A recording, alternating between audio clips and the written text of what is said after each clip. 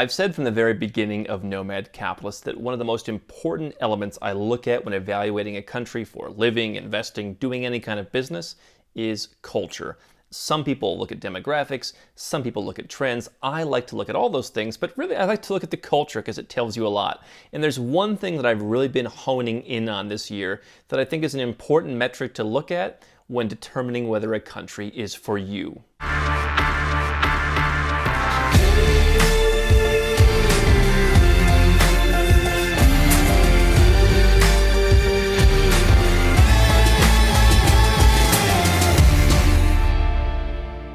Hey, I'm Andrew Henderson, and in this video, I'm going to talk about the one cultural element that I think you should be aware of. Now, I'm not saying that countries that have this are good or they are bad.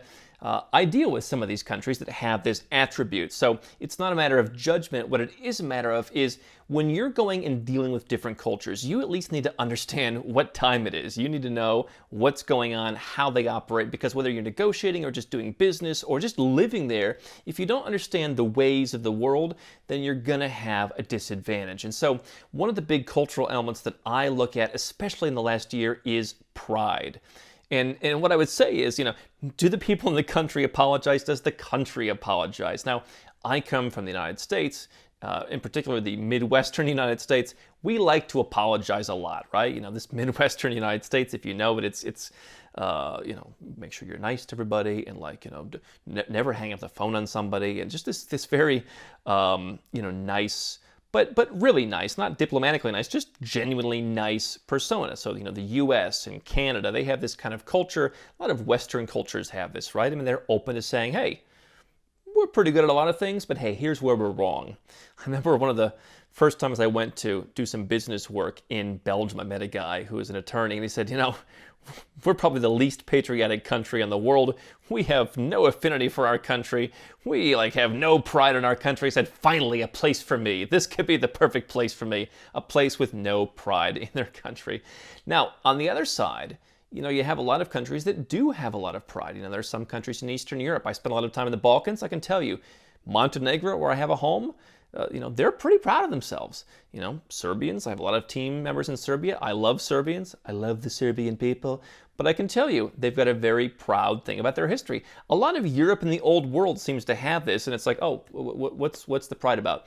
Well, in 1579, we beat the invading hordes. Oh, okay, interesting. And there's just that kind of pride that kind of is part of the culture. Now, listen, I think, being proud about things that you're good at is very important. And so I'm not saying I'm opposed to this. In fact, I'm a little bit jealous, quite frankly. I wish I had some more pride about some things. But where it gets in the way is when it's pride about, we're proud to be lazy. We're proud to provide bad service, right? And there are some countries that you're going to run into where you're going to see that. And if you're trying to do business a certain way, then the pride is going to get in your way. The reason why I think this is important, obviously, that other than understanding it, is from a lifestyle point of view, right? I mean, so when I go to Montenegro in the summer, I do actually what I do in a lot of places now, but particularly in Montenegro, I figure out, all right, what are the restaurants I like? What are the places that I like to go? And I just deal with those people, and I develop a very good relationship. There's a restaurant called Murano that's part of the Port of Montenegro complex in Montenegro. I've got a very good relationship with a couple of the waiters there. I love going there. We have a great time every time I go there. Really nice food.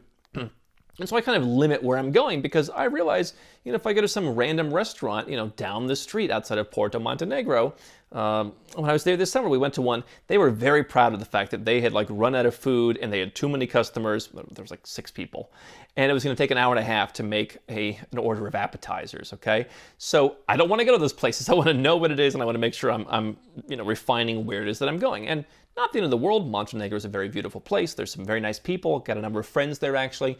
But you have to understand that in certain parts, you're going to run into people who are kind of difficult. Now, that's the lifestyle perspective. Here's where it comes into business, okay? If you look at, banking, for example, in Montenegro, not very good online banking facilities. I've got a great friend of mine. He's a banker in Montenegro. I've done banking in Montenegro for many years. I think there's a decent number of benefits to it.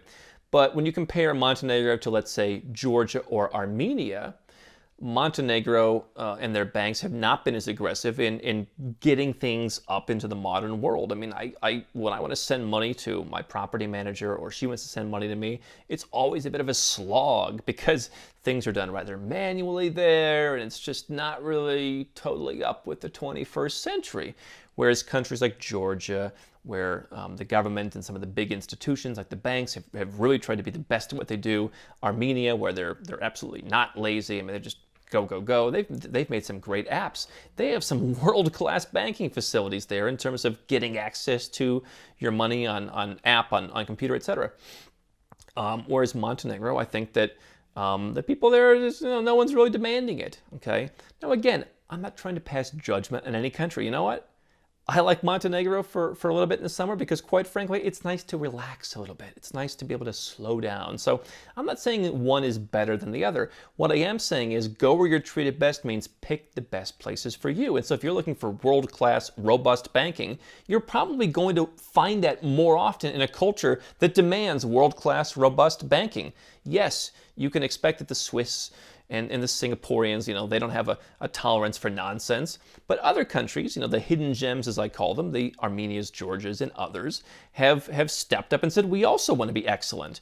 And so the key thing is understanding the culture of the places where you go to. What I found interesting is a lot of the places that I enjoy tend to be very open cultures. You look at some of the places I've been talking about for years, right? Particularly Georgia and Malaysia and even Colombia, to a lesser extent. These are countries, just as three particular examples, that are very open. I mean, in Georgia, I think 63% of the population is actually ethnic Georgian, whereas that's really low compared to most neighboring countries, right? Malaysia, many different ethnic groups, many different backgrounds, right? And obviously the United States and many Western countries have that as well. But the point is, I mean, these countries are not proud to say, we're only 99% of our ethnicity, everyone else go away. That's never really good for business. Like, if that's your attitude, it's not really good for business. If that's what you want to do, that's cool. But I probably wouldn't expect a lot of great, attitude towards foreigners when I want to come and invest or put money there or hire there or whatever, right? And so I think those are important things to look at. And I think if you understand the different cultures around the world, you'll be able to pick the best from all of them. No culture is better than others, but you need to understand how to negotiate within that culture, and that's why you either need someone who's done it before, or you just need to go out and step your foot in it and just learn through experience. But absolutely, culture, very important thing when it comes to getting business done, because culture permeates through everything.